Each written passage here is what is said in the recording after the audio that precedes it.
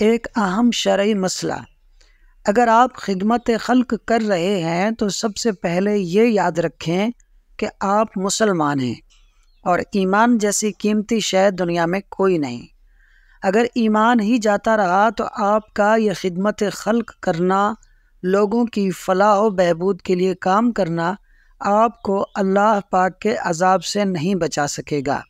خدمت خلق میں ہمارے پاکستان کی ایک مشہور شخصیت ہیں جنہوں نے دکھی انسانیت کی فلاح و بہبود کے بہت کام کیے۔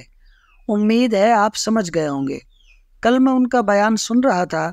ان کی بات کا مفہوم کچھ یوں تھا: مجھے ملاؤں کی جنت نہیں چاہیے، میں جہنم میں جا کر دکھی انسانیت کی خدمت کروں گا۔ یہ جملہ انتہائی سخت ہے۔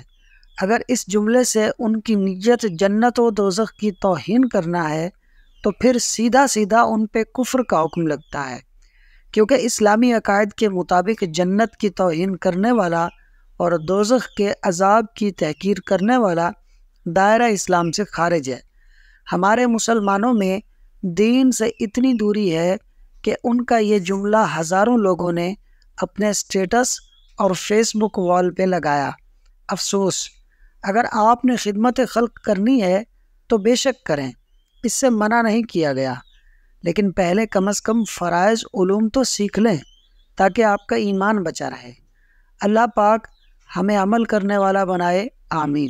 تحریر محمد صائم اتاری۔